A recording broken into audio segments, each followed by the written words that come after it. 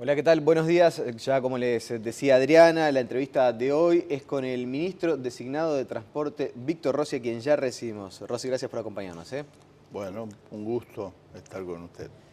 Como pocas veces el tema de la infraestructura estuvo instalado en la campaña electoral, hay cierta expectativa en torno al Plan Nacional de Infraestructura que se anunció oportunamente e incluso se conoció también que parte de los temas, los proyectos que van a ser enviados al Parlamento el 1 de marzo abarcan este asunto de la infraestructura y poder empezar a trabajar ya desde el día 1 en este sentido. ¿En qué consisten esos proyectos en los que se está trabajando? No sé si algún proyecto de ley va a incluir el tema específicamente.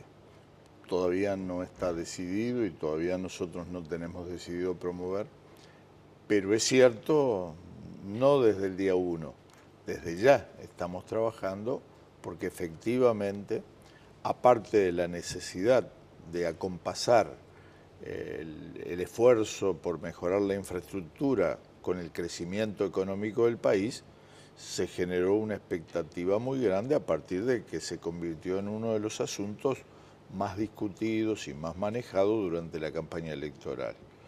Así que un poco porque es una necesidad que tiene el país, es un desafío que tiene el país, otro poco porque es un asunto sobre el cual se dieron múltiples opiniones.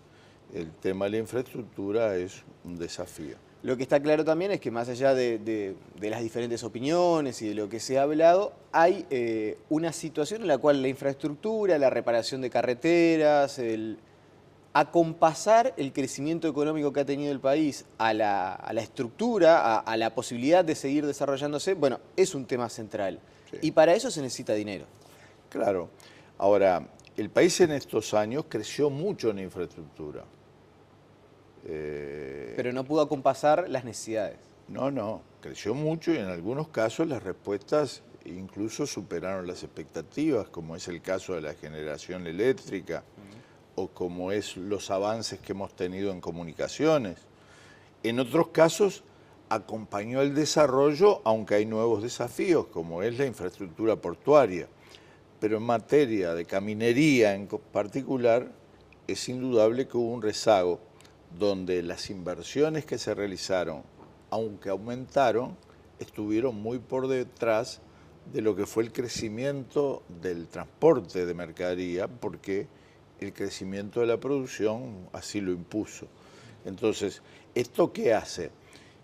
Esto no significa que la caminería en el Uruguay haya perdido algunas características positivas que tenía, como es una densidad importante, como es la posibilidad de comunicar prácticamente todos los rincones del país con los centros de actividad económica, pero sí ha acelerado el ritmo de deterioro y nos coloca con menos plazo, con menos tiempo, para reparar los puntos críticos y las urgencias. Y eso es una alerta porque nosotros siempre decimos que no es verdad que haya colapsado la infraestructura, pero tenemos que adelantarnos al riesgo de que pueda haber dificultades. Lo que sí está definido, yo decía que para todas estas obras se necesita dinero y me imagino que ahí estará buena parte de lo que se estará trabajando en el día de hoy. ¿Cuál es la mejor herramienta o cuáles son las mejores herramientas para conseguir esa financiación? Se dice siempre cuando se discuten los presupuestos, las necesidades son infinitas y los recursos son finitos. Sí, claro, siempre es así. ¿Qué? Pero además el presupuesto del país es previsible más allá del crecimiento que ha tenido el país en materia económica y en materia presupuestal, el crecimiento es previsible y limitado, mientras que el esfuerzo que hay que hacer para invertir en caminería es un esfuerzo especial, extraordinario. Así pasó también con los otros rubros de infraestructura. La inversión que se hizo en generación eléctrica va mucho más allá del crecimiento de la economía del país. Ya le voy a hablar de eso porque Vázquez en campaña hablaba de una primera etapa paliativa y una segunda etapa pensando, y ponía la comparación justamente con la energía y pensar en el desarrollo de infraestructura a mediano plazo. En cuanto a las herramientas, a cómo conseguir esos recursos, ¿ya se definió, por ejemplo, qué modificación se le puede hacer a la ley de participación público-privada? ¿Qué rol va a jugar la Corporación Nacional para el Desarrollo? Bueno, son los temas que estamos trabajando. Estamos trabajando en estos días, ayer, hoy, en los próximos días, estamos preparando lo que es el perfeccionamiento de los instrumentos a los cuales vamos a recurrir. Y en ese sentido, por cierto, vamos a tratar de tener una mayor incidencia en las definiciones presupuestales, pero vamos a procurar un rol mayor de la Corporación Nacional para el Desarrollo, vamos a procurar perfeccionar y ampliar lo que fue una buena experiencia, que es la Corporación Vial del Uruguay, que es una concesión de obra público-público. Vamos a procurar incluso recorrer caminos que den mayor financiamiento, mayores posibilidades de financiamiento a la CBU, a la Corporación Vial. Vamos a procurar recurrir a la concesión con privados y vamos también a recurrir a las asociaciones públicos-privados, aunque vamos a tratar de no tener que recurrir a una modificación de la ley de PPP.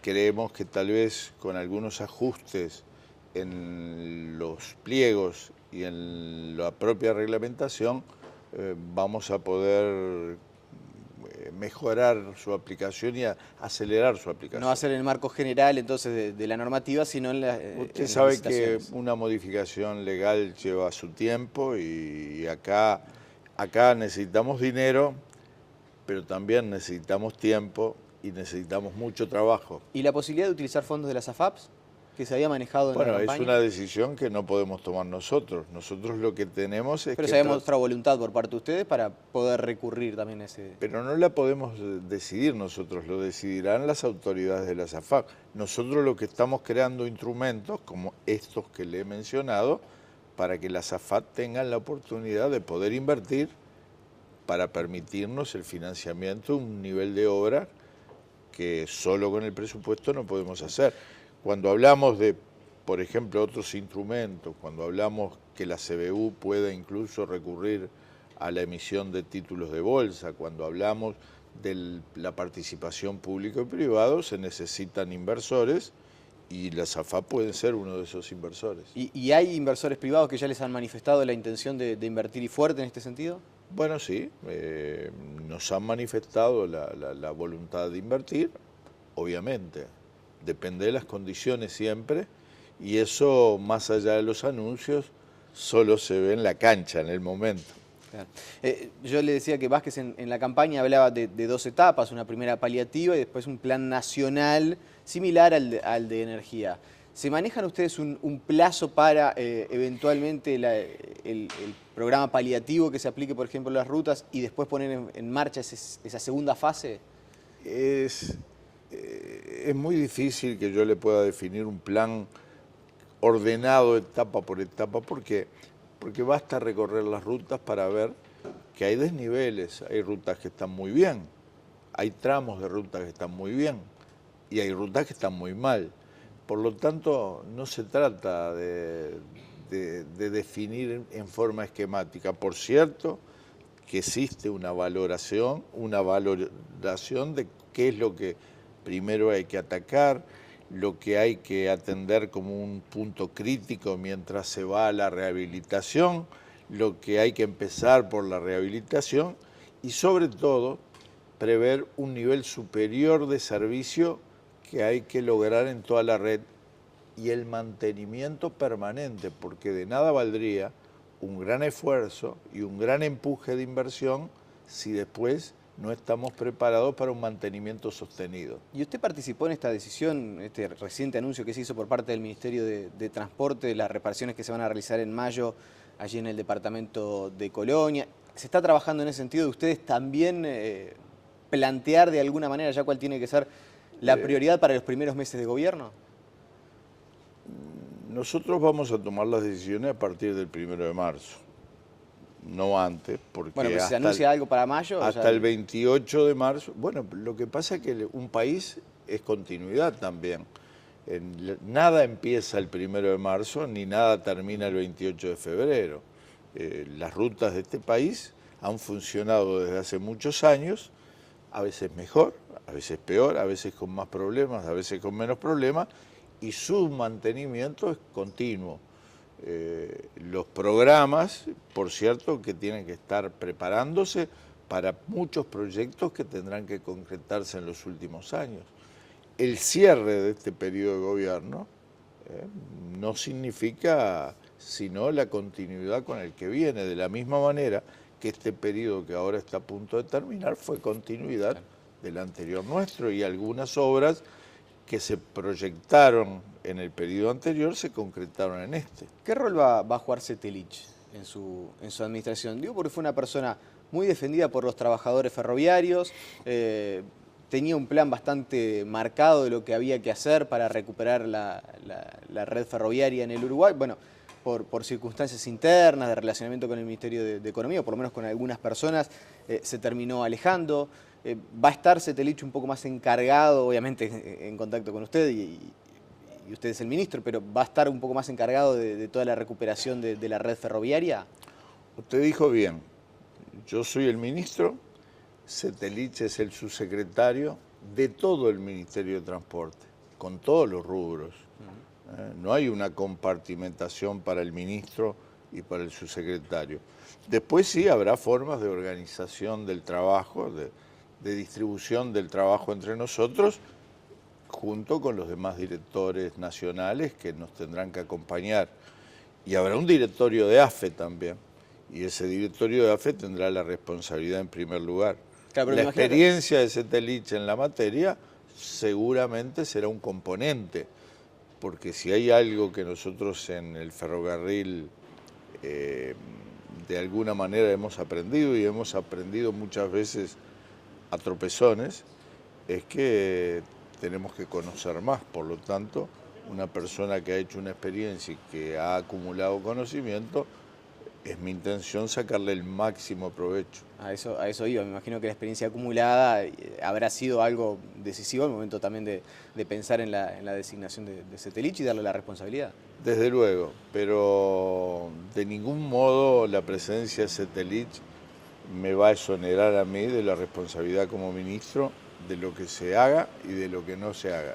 ¿Y cuánto de lo que en su momento Setelich iba a aplicar y quedó trunco se va a retomar a partir del 1 de marzo? Bueno, yo digo que en materia ferroviaria ha habido muchos anuncios durante el tiempo y ha habido muy pocas concreciones.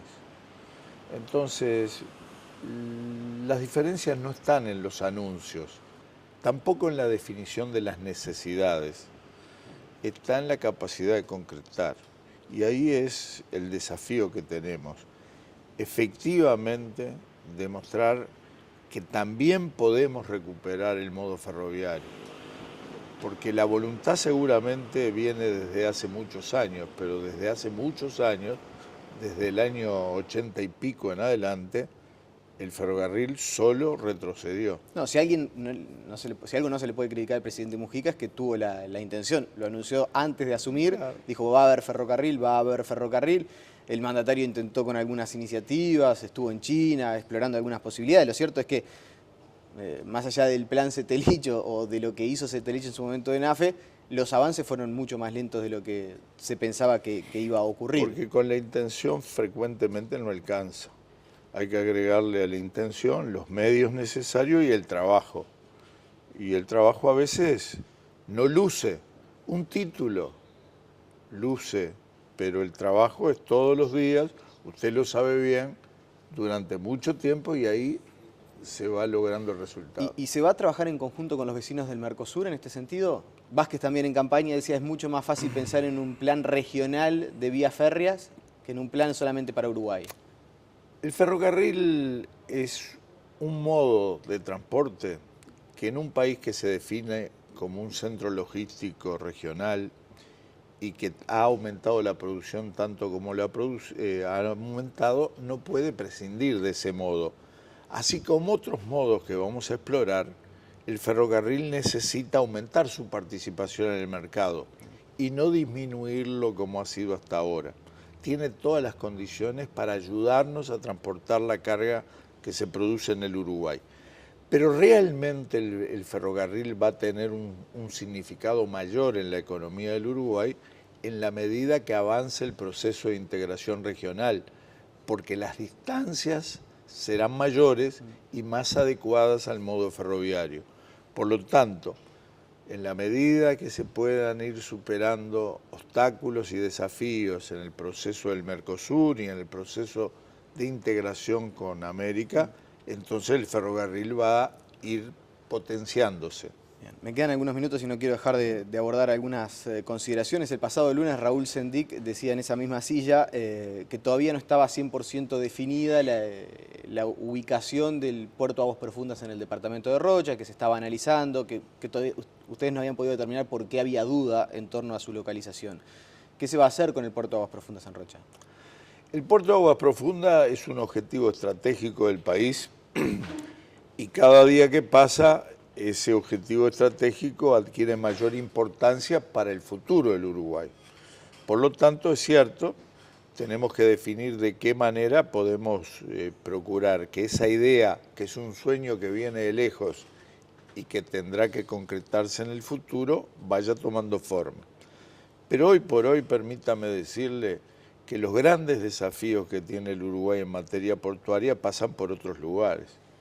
El puerto de Montevideo, en primer lugar, el sistema portuario nacional y el puerto de Nueva Palmira, el dragado de los canales y la habilitación de la hidrovía de Paraná y también los esfuerzos que se están haciendo en el río Uruguay son los elementos que hay que atender hoy, porque hay que seguir trabajando para ese puerto del futuro, pero primero hay que resolver los problemas de hoy. ¿Y es posible hacer un puerto Aguas Profundas en Rocha regional, como anuncia el presidente Mujica?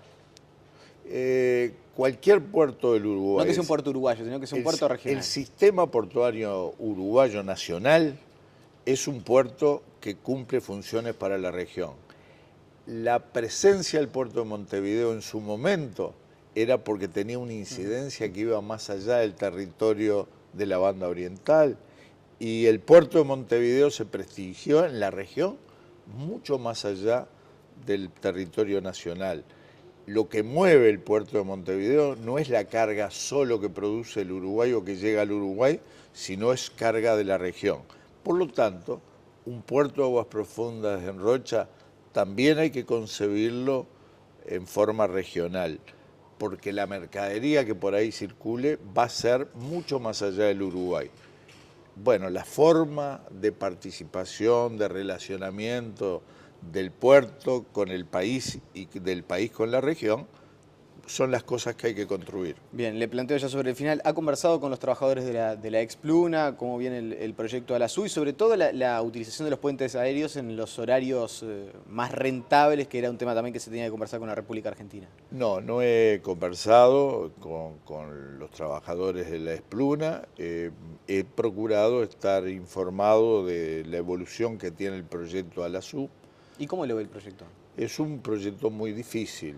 Creo que es un gran esfuerzo, un gran desafío que realizan los trabajadores, incluso comprometiendo parte de su patrimonio personal para poner en marcha un emprendimiento que es de interés para el país, porque Uruguay necesita una aerolínea de bandera que resuelva problemas que nadie va a resolver por el propio Uruguay, pero no es fácil el resultado en función de las características que la industria aérea impone al comercio y porque va a tener que competir en condiciones muy desventajosas con empresas muy importantes que ya actúan en la región y que no regalan nada.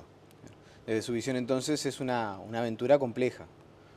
Yo no digo aventura, es un esfuerzo responsable porque me consta no solo de que han estudiado el tema, sino me consta de que hay gente que conoce mucho del tema que están participando en ese emprendimiento. Pero ellos como trabajadores podían perfectamente haber reivindicado soluciones personales y sin embargo optaron por arriesgarse en un desafío colectivo y eso es un esfuerzo que merece nuestro respeto y nuestra consideración. En el minuto que me queda, Rossi, no quiero escapar a una polémica que se ha generado en Montevideo en torno al corredor Garzón. En un minuto me va a meter en un lío. Es una opinión habida cuenta de su experiencia en la Intendencia de Montevideo. El corredor Garzón, hay que levantarlo, como dice Garcés, es una buena obra, como dice Topolansky. ¿Cuál es su visión? Es la obra más importante que se hizo en la Intendencia de Montevideo en los últimos 50, 60, 70 años.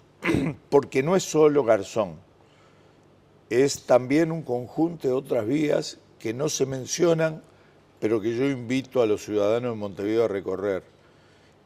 Yupes, Santa Lucía, la resolución de asentamientos que había en la zona, por ejemplo 6 de diciembre y demás, es un proyecto que además permitió canalizaciones en Garzón, curso de pluviales que estaban postergados mucho tiempo. Es una gran obra.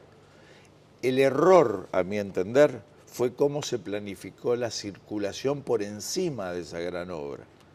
Y ese es el aspecto del corredor Garzón que a mi entender hay que corregir. Por lo tanto, cuando se dice hay que liquidar el corredor Garzón, ¿de qué se está hablando?